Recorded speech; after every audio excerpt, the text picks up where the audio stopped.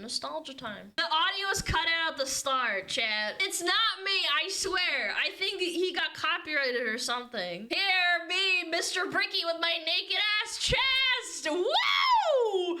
Look at me, I'm big and hairy. Hairier than you, bitch. Woo!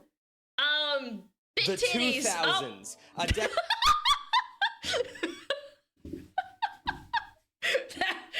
You know what? That worked. You know, my voiceover wasn't that bad, chat. Decade that had no catchy little. It's annoying because I remember growing up in the 2000s and thinking that like the 70s sound cool, the 80s sound cool, and now we're just in the 2000s. Like it's not as catchy. People start calling it. And now people reminisce about the 2000s in 2020. Man, let me tell you, it's actually really depressing to think about. The noughts or the aughts or whatever. Y2K was the coolest one so far, and it's still pretty fucking lame. But the 2000s had a certain. I ain't gonna hold you. I did not know about Y2K until like way later. I didn't understand that at all. I think there was like a few cartoons that referenced it, and I did not understand it. Feel to it. I was you too know, young, it was like the I Matrix. didn't get like, it. everything was like digital and green a little bit. And sure, the Matrix came out in 1999, so technically not the. What? I thought it came out in 2001 or something. Or is that Matrix Reloaded? I think Matrix Reloaded was 2001. Bro, my brother, oh my god. This like before my time, right? But my brother actually unironically purchased a black trench coat because of this movie. And there's a picture of him as like a little fucking teen, like 12, 13 years old or whatever, with a fucking trench coat and like black glasses. And he thought he was so badass. My mom took pictures of him. She's like, oh, you look so dapper. 2000s, but like it definitely what an edgelord, put out a little right? vibe towards the beginning of the decade at the very least, because the Y2K era. I did the same thing. I will forgive you. You might think it's cringe, but I think it's endearing, chat. I guess I'll say Y2K for the rest of this video, or the 2000s. It just sucks. He It sucks saying the loved Y2K era that was an movie. edgy reality check. Or the 2000s. It just sucks. It sucks saying. But the I kind of miss like when politics was just about memes, man. The shoe. Y2K era. Him dodging the shoe.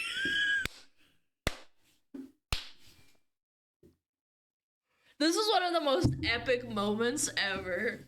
Was an edgy And then he's reality like, check. And then he throws another shoe. They didn't stop him. Everything was black and neon and green, and the vibe was extreme, and binary code was constantly flashing on screen. So Everything was just true. amped up a little bit more, except for fashion, which I thought was terrible. Oh my god. What is it called? Ed Hardy or some shit? I remember.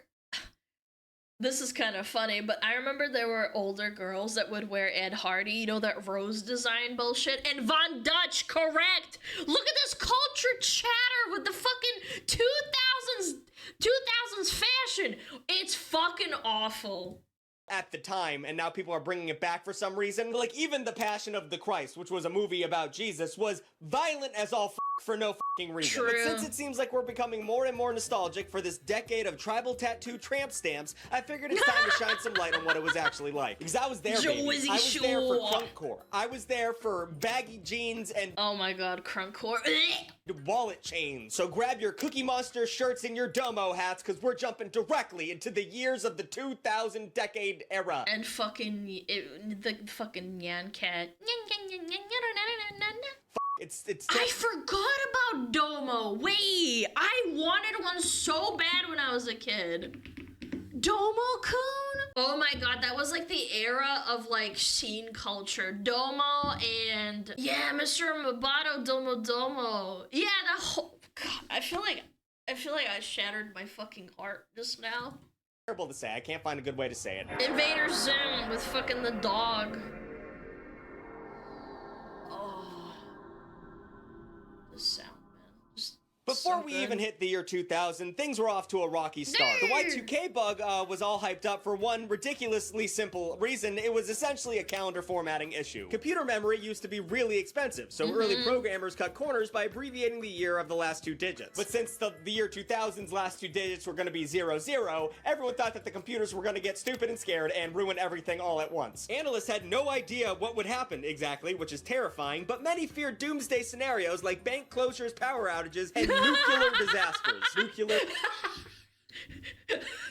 Yeah, I never understood that. What nuclear, the fuck? I don't know. You guys get mad when I say that word, and I understand I say it's stupid like George W. Bush, but you got, whatever. It's the 2000s. The worst case scenario... I mean, to be fair, wasn't there like a really big outage like in recent memory, like maybe a year ago? I remember I was streaming, and then one day all of my chatters were like, yeah, I can't work today because all the computers exploded and we can't, like, airports are shut down.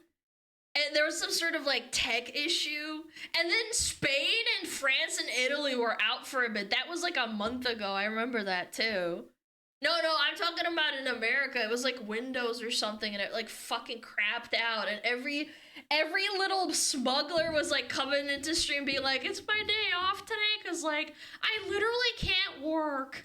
Made for a pretty compelling story, and every media outlet was talking about Y2K. So while we had no idea what was going to happen, we had a lot of ideas of what could happen when this... Chat, what if I was an influencer back in 2000? That would have been fucking sick. That would have been great farming content. Hit the fan. So businesses spent years overhauling their hardware and software, or went through the painstaking process of replacing and rewriting all of their code. And while companies and organizations and governments were all scrambling across the earth to get everything chip-shop shaped for the big 2000, religious and far-right groups were connecting the Y2K bug with the biblical last days and the second coming of Jesus. You know, fucking guns and shit. Christians. Turning computers into Jesus since 2000. Preppers were building shelters and stocking up on canned goods, and lots of people were buying guns. So many people, in fact, that the FBI reported background checks for prospective gun buyers rose by 15% in 1999. People were just buying guns in case went south. Y2K survival kits were being sold in stores and on late-night infomercials, and Christian-flavored survival guides were filling up bookstore shelves. The Millennium Cookbook.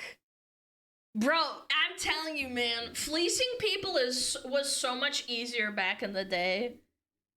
And the internet kind of ruined it. Like, people getting the internet access was, like, kind of fucked these people who scammed back in the day. Books like Millennium Meltdown, Spiritual and Practical Strategies to Survive Y2K, or the simple but effective, Y2K, It's Already Too Late. People, I love that. Or the simple but effective, Y2K. It's already too late. No, that's so good. Actually, that's amazing. I love this. It's already too late. People nowadays and back then need to understand better when things are purposely trying to scare you. That's so on the nose. Some companies skipped the books altogether and produced home videos about the coming apocalypse. One of the more popular videos featured Leonard Nimoy comparing the Y2K problem and our inability to rein in our own technology to the story of Atlantis. We recall the fate of Atlantis. The primary question for our civilization as we approach the year 2000 is this: have we allowed our own highly advanced technological innovations to far outpace our human abilities to control those innovations, and most importantly, to foresee their ultimate consequences? What the f was going on in the year 1999? Well, Bro, if Y2K happened when, like, if we had this era, like, 25 years ago, unironically, this would have been the biggest content farm of the ages. I don't know, man. I'm envious in some ways. I'd be like, guys, ding-dong, the end is near! Fucking, I do, like, a model outfit where I have, like, a gun and, like, a fucking K-Koda hat on and be like, guys, get ready. Get your own power generators. do, like, an entire model reveal, bro. Very loud portion of the population was losing the collective minds, the adults were quietly fixing things behind the scenes. President Clinton had a Y2K czar in charge of overseeing nationwide compliance, and private companies spent an estimated $122 Hillary Clinton in 2000. Nah, man. billion to fix their systems. And she looks like a cat, like a really evil cat from like a cartoony, what is it called? Like a cartoon where there's like an evil kitty cat, like a Siamese cat, you know what I'm saying? world, that number is estimated to be at least $1 trillion fixing this bug. And when the clocks finally hit midnight and the new millennium began, nothing of note happened. Everything just kept continuing, and No Doubt performed the MTV set. It's historic. You should go watch it on YouTube. But the public's reaction to humanity solving the Y2K problem foreshadowed contrarian and conspiratorial vibes that have come to define the 21st century. And it's not to say everyone thought this was all peachy. A lot of people believe to this day that the Y2K bug was a scam to get, like, you know, a lot of money to pretend to fix shit. But honestly, if programmers weren't smart enough to— no, I don't believe that, because we still have issues with integers and shit. Yeah, it's proven, literally from the CrowdStrike shit, it's proven that we've had problems like this before. And since then, too. To see that their shortcuts were gonna cause a huge issue in a couple of years, I don't think they were smart enough to scam everyone later on down the line. You know what I'm saying? But there were signs that Y2K could have been much worse. So most of the issues were fixed. There were still some huge issues in nuclear power plants, like in Japan and Tennessee. Didn't think those two areas would ever be in the same sentence. But perhaps the worst result overall of the Y2K issue came from a video rental store in Cologne, New York. They charged a customer $91,250 fine for a technically €100.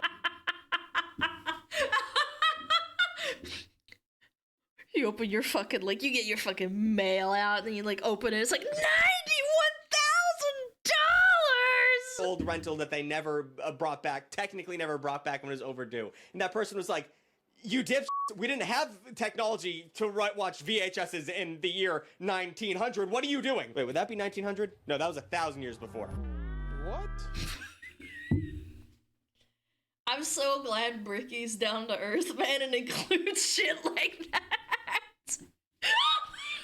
1900 was 1,000 years ago. Oh my god, I'm gonna throw up. That's actually fucking funny. He included that!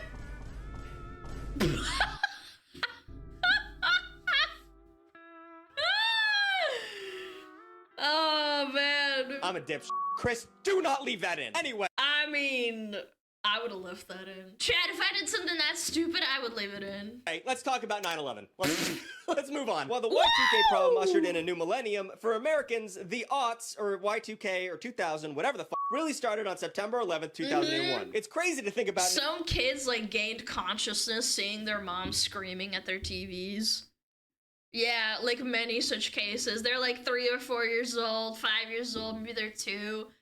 Yeah, now, man. but the world of 9/11 existed before the technological advancements we take for granted today. Because this was pre-social media and pre-smartphone. This terrorist attack unfolded live on morning talk show TV, which is just, it's like a horror movie. It's like Cloverfield. All the confusion and anticipation just underscored and heightened an already horrific event. People had front row seats to watch the towers get hit by planes and eventually fall down into rubble. It felt surreal. Like it was like watching a disaster movie, but it was happening that morning. It's just... I remember my mom saw it and said that she thought it was like a movie. Yeah, that's crazy. It was, I make 9/11 jokes. I'll do that. But like, if you watch the clips of that... You're allowed to make 9/11 jokes. You're a fucking certified American. It really makes you feel sick. It is a terrible day. But of course we know this story, but the reason I bring it up is to give context for how sad, confused, and angry we were at the time. 9/11 is often viewed through the lens of the war on terror, but if you start from the beginning, I think it's easier to see how we were so irrationally angry and ended up doing stupid things. And I'm gonna tell you every stupid thing that we did because of 9/11. But I just want to tell you a quick story about 9/11 really quick. So my dad was a trainer at the time, training business people, and one of his trainees was at the Twin Towers that day. The story goes is that they couldn't get a hold of her because no one had cell phones, so she was, you know, just like lost for 2 days, and a lot of people were back then. During 9/11, people just kind of disappeared because they found, you know, refuge in other people's houses. But the story goes is that they told everyone to go to the south or whatever, the bottom of Manhattan, so they could take ferries over to New Jersey, and she found a cop, and she was like, hey, like, where do I go? And he's like, go that way, you'll be safe. By the way, f the Red Sox, because she was... You're thinking about baseball while there's a fucking... True base? Wearing a Red Sox hat. In the darkest moment of New York City, a New York cop told a Bostonian wearing a Red Sox hat. You know what? That's actually so fucking... Like, I actually believe that happened. I believe that. To go f herself. And I think that's what America is all about. I think that's beautiful. I just that wanted to tell a story. Beautiful. I never had a chance to until now. Anyway, stupid that's things really that we did after 9/11. Number 1, calling French fries freedom fries for a little bit. I don't know what the French had to do with that. We support you, Mr. President. Ooh, I want to say something. I don't know, man. 9/11, I don't know why we were angry at them. In early 2003, Americans were gearing up to invade Iraq and French refused to support the military operation. Oh, okay, that's what the French did. They were being smart. Neil Rowland, I had no idea. That's so funny. owner of the Cubby's restaurant in North Carolina, decided the patriotic thing to do would be conceptually boycott France by selling freedom fries. This Man, people were not that smart even 20 years ago, bro. caught the eye of Congressman Bob Ney, who just so happened to be the chairman of the House Administration Committee, which meant that he was in charge of overseeing operations at the Capitol. Ney ordered that all the words French be taken away from the menu at the Capitol and I mean, I'm not opposed to that. Like French toast, French bread, French fries. Yeah, I don't know. I'm not against it. be replaced with the word freedom. Now, even at the time, a lot of congressmen saw this as silly and a bit performative, but that didn't stop Congressman Ney, and a week before the US invaded Iraq, all House office buildings were serving freedom fries. Grilled cheese and freedom fries, freedom toast, freedom onion soup. Predictably, Wait, go back. 1 second. Hold on. Holy fucking shit. Can we just talk about how a hamburger used to cost $3.25? I'm actually gonna be physically fucking sick right now. Chat, we gotta do something about this. This is criminal. A steak and cheese is $4.50. A hot dog is $2.25. A fucking slice of pizza is $2.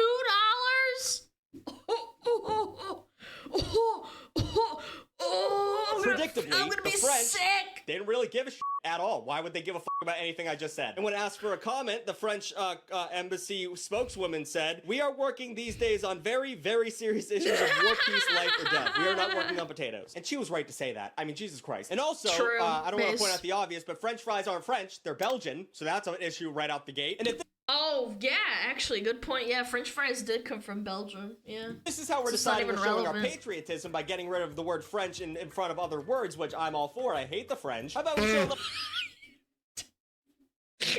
Based? You can't say that, man. You'll get fucking reported by some schizo who takes it seriously. goddamn consistency? We got French horns, French braids, French press, French inhale, French kiss, French tickler. What was that last one? What was...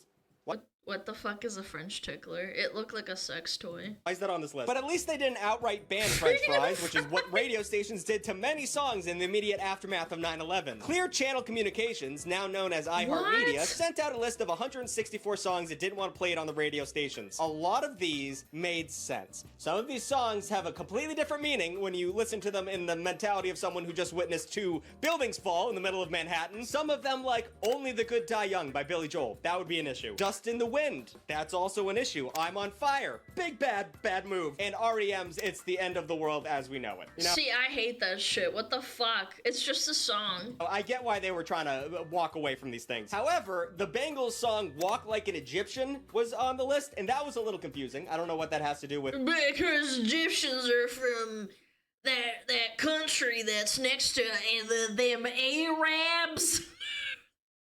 We can't have that music playing. That's right, them damn Middle Easterns. Why can't they go to them Southeasterns instead?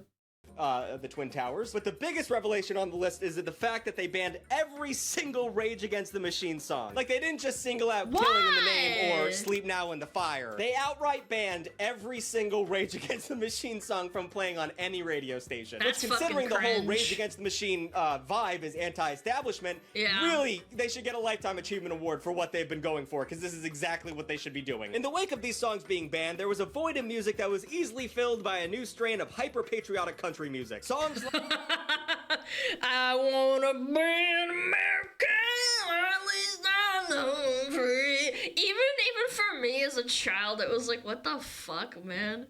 Where the Stars and Stripes and the Eagles Fly, Yeah. Only in America, This Ain't No Rag, It's a Flag, and America Will Always Stand dominated the Yep. country airwaves. This Yep. was the worst time to be a country music hater in America. I was So fucking true. Oh my god.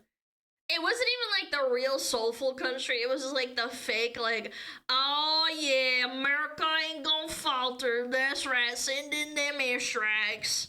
But the most memorable of all these, let's be honest, pandering songs was Toby Keith's Courtesy of the Red, White, and Blue. According to Toby Keith, he wrote the lyrics on the back of a fantasy football sheet in 20-minute burst of inspiration. He might not have won the Fantasy Football League that year, but he certainly won America's hearts over and over again. Now, all of these songs, like I said, are absolutely pandering and kind of cashing in on the fear and anger that people were feeling at the time, and using ultra-patriotic lyrics to, you know, really stoke the flames of, you know, hating brown people, pretty much. And I think there's good argument to be made that these I mean, he will touch on it, but yeah, there was a lot of fucking shit. Me personally, my parents, immigrants, they don't care, songs galvanized a generation of ultra-conservatives. I'm talking about the aggressive kind who wear Second Amendment shirts on Disneyland vacations and have American flag Punisher decals on their truck.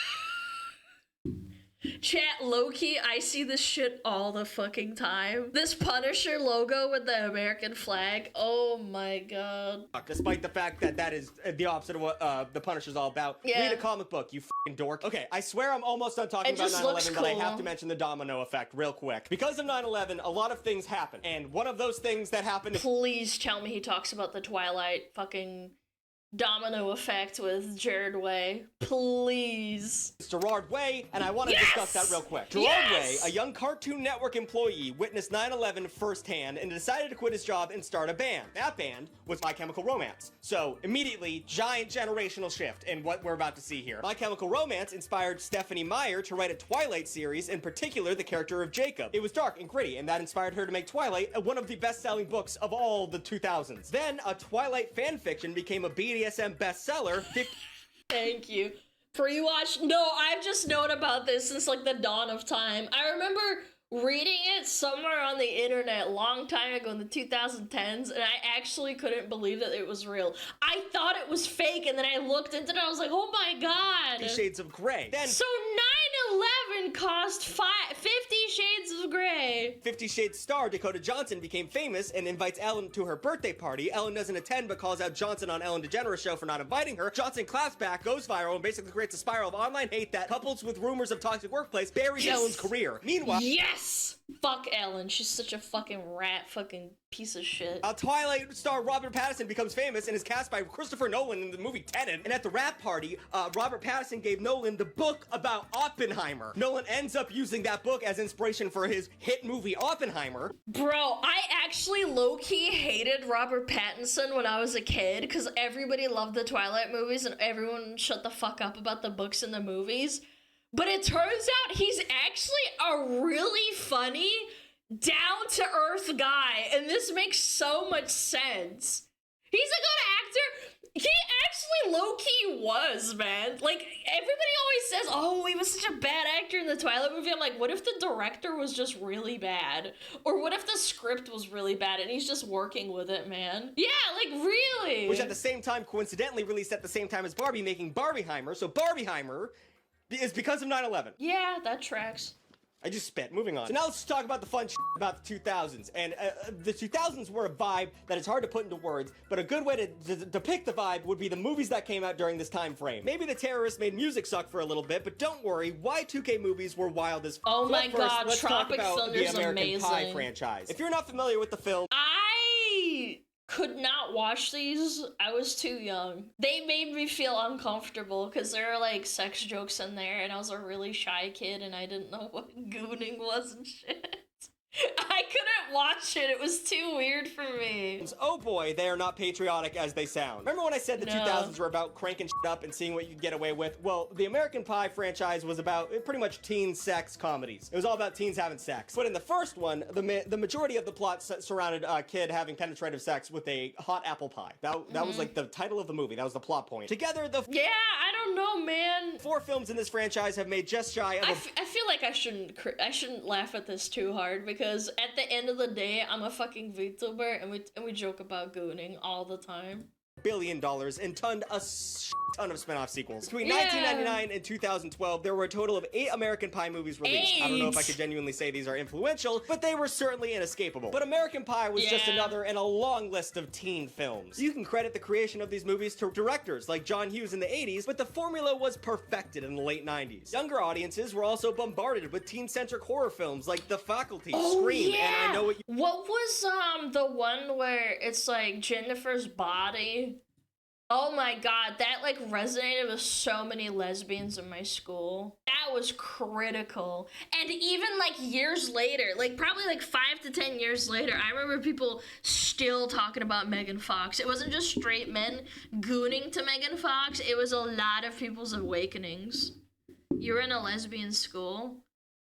No, I just think there was a consensus of like all the girls that were like interested in other girls. And they all loved Megan Fox, like even the really butch ones. You did last summer. But the tropish, predictable formulas of these films led to a bunch of... Chat, keep in mind, I went to a school of like 2,000 people. Yeah, I would say that's a pretty small fraction. Parody films? Parody films were huge in the 2000s, and they don't do them anymore, and I don't know why. They were a lot of fun. A lot of them were terrible, but they were a lot of fun. Not another teen movie skewered the 90s style, she takes off her glasses and all of a sudden she's a babe aesthetic, and Scary Movie gave the same treatment to slasher films. The first 2 Scary Movies are peak cinema. I don't know... True. Actually, I rewatched them recently, and like, they're actually pretty... I don't know, they're like dry and stupid. You can laugh at them really easily. I don't give a f***. The Wayans brothers are geniuses. Scary Movie was a wild success when it released in the summer of 2000, and it kind of became a parody of itself. Even the movie poster had a tagline, "No mercy, no shame, no sequels." And a sequel immediately followed in 2001. And then another one came in 2003 and another in 2006. But the first 2 were good. It's kind of like the Home Alone movies. Don't watch the other ones. The first 2 are fine. True. If you're seeing a pattern here, that's because in Y2K, sequels were all the rage. You had to make a sequel of a movie if it did well. It was the Spider-Man trilogy, the 5 Final Destination movies, 4 Shreks, Pirates of the Caribbean, Harry Potter, and the Fast and the Furious franchise. Oh, okay, but Harry Potter's an exception. There's the books. Yeah, I think it's a bit different. Started in the 2000s, and I think it's still going. The sequel trend hit so hard that it even pulled old films back into the theaters with Terminator, Star Wars, Indiana Jones, and Die Hard all dusted off to make studios millions. I feel like this was the beginning of, like, slopology. For sure. And people were getting sick of it because it seemed like Hollywood was just spinning its wheels, regurgitating whatever seemed a little bit popular at the time. But there were some really good original movies during this era too. For instance, White Chicks. Yes, this is so fucking good. Oh my god, it's iconic, man. People still talk about this movie to this day, man. I do like the Wayans brothers, I'm not gonna hide that. This 2004 movie was about 2 black FBI agents that had to dress up as white chicks to escort some heiress. I don't know. I don't know anything about the plot. I just know the movie's fucking hilarious. And they're so fucking ugly in their outfits. God, these 2, it's criminal how good they were, man. Like, it's like method acting or some shit. They were amazing. And Terry Crews like be like, will you have the salad, ma'am? No, I'm not having the salad, bitch. Movie is that the Wayans brothers, fresh off their success in Scary Movie, wrote and starred in a film that required them to wear whiteface. So movies were unhinged at the time, but it was nothing like the race to the bottom that Y2K TV was going for. If you were watching Comedy Central late at night in the 2000s, you definitely saw some infomercials for Girls Gone Wild. These DVDs were marketed as a compilation of girls lifting up their tops at spring break for titillating voyeuristic home video. But I'm gonna say it, I think we watched a whole YouTube documentary on this thing, and it was actually fucked up. Yeah, like, most of these girls, yeah, they got sued, and apparently the girls were, like, drunk and stuff, and they didn't know that they were, like, again, they didn't know that they were going to be in a movie. Like, it was really fucked up. But in reality, they actually featured hardcore and Chris, I don't know if you have to bleep that or not. Please look up the rules. The series started in 1997 and in just 2 years had made $20 million. It was wildly successful and even spawned a Guys Gone Wild spinoff. It's hard to express just how mainstream... Wait, there's a Guys Gone Wild. Bro, Fujoshi's fucking watch out. Girls Gone Wild had become. Everyone knew that it had shady porn aspects to it, but it still was like cool in a weird way. The founder hung out with celebrities like the Kardashians and Ashton Kutcher. But no surprises here. The methods to tape these girls during Girls Gone Wild were unethical and at sometimes fully illegal. And some of the tapes were found to have underage girls. That's a huge crime, distributing that to millions of people. Because of some inept work by law enforcement, the creator of Girls Gone Wild avoided jail time. And the only— That is wild to me, but also not surprising. I hate this universe, man. The real reason the franchise failed was the rise in internet. But celebrities rubbing shoulders with pornographers and wearing their merch just shows how edgy the mainstream was in Y2K. It was an era defined by clubbing, and the young celebrities of the time were going way too fucking hard, which fed into our obsession with celebrity gossip. We're talking about TMZ right now. TMZ started in the traditional tabloid fashion in 2005, but by 2007 was running a successfully syndicated TV show. The main goal of TMZ's TV show was basically chasing down drunk actresses when they left the club. When I was a kid, I used to see like paparazzi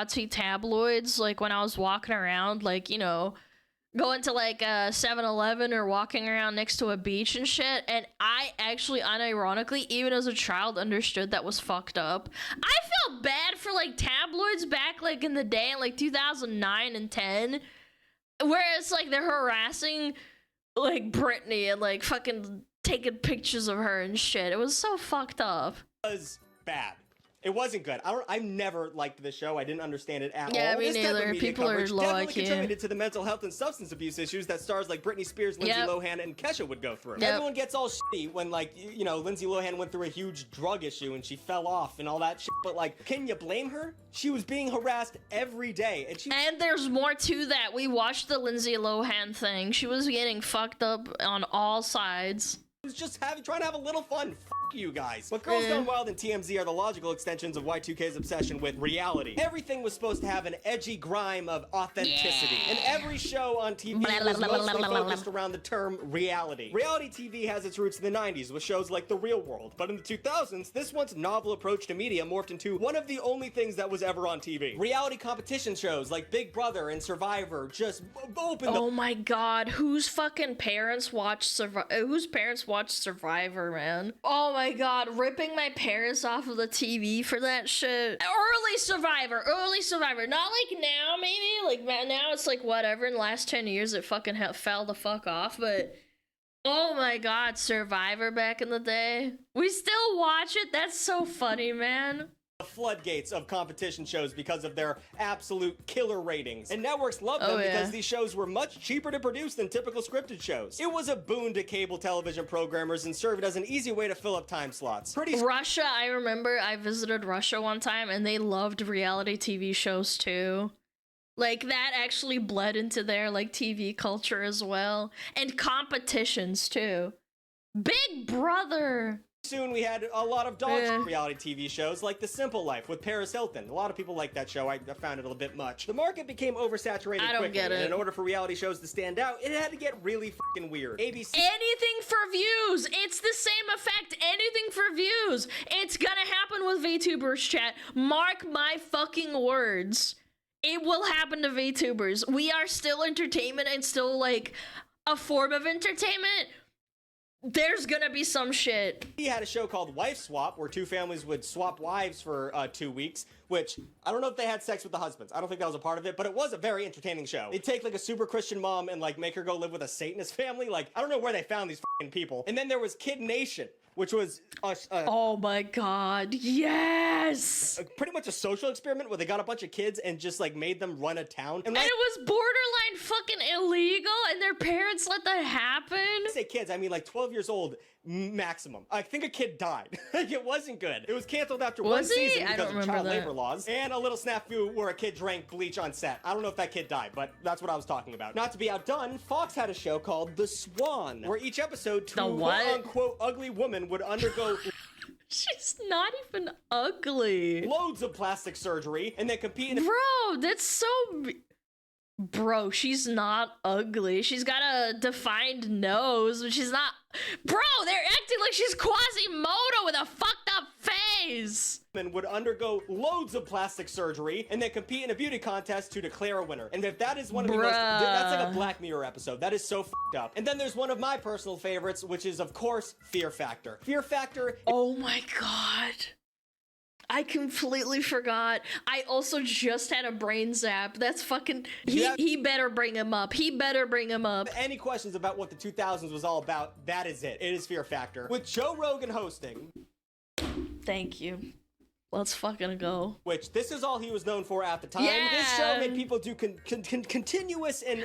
I'm actually still shocked that on public television, I was a teenager, like really young teenager, and I remember seeing people like drinking horse. And I was gagging. I literally vomited in my mouth a little bit. Like, you know, that really sour feeling you get in your mouth. And I was like, why is this like on television? Like, it's on television. It wasn't censored. They didn't like cut away. It was like there. And I remember thinking how disgusting that shit was.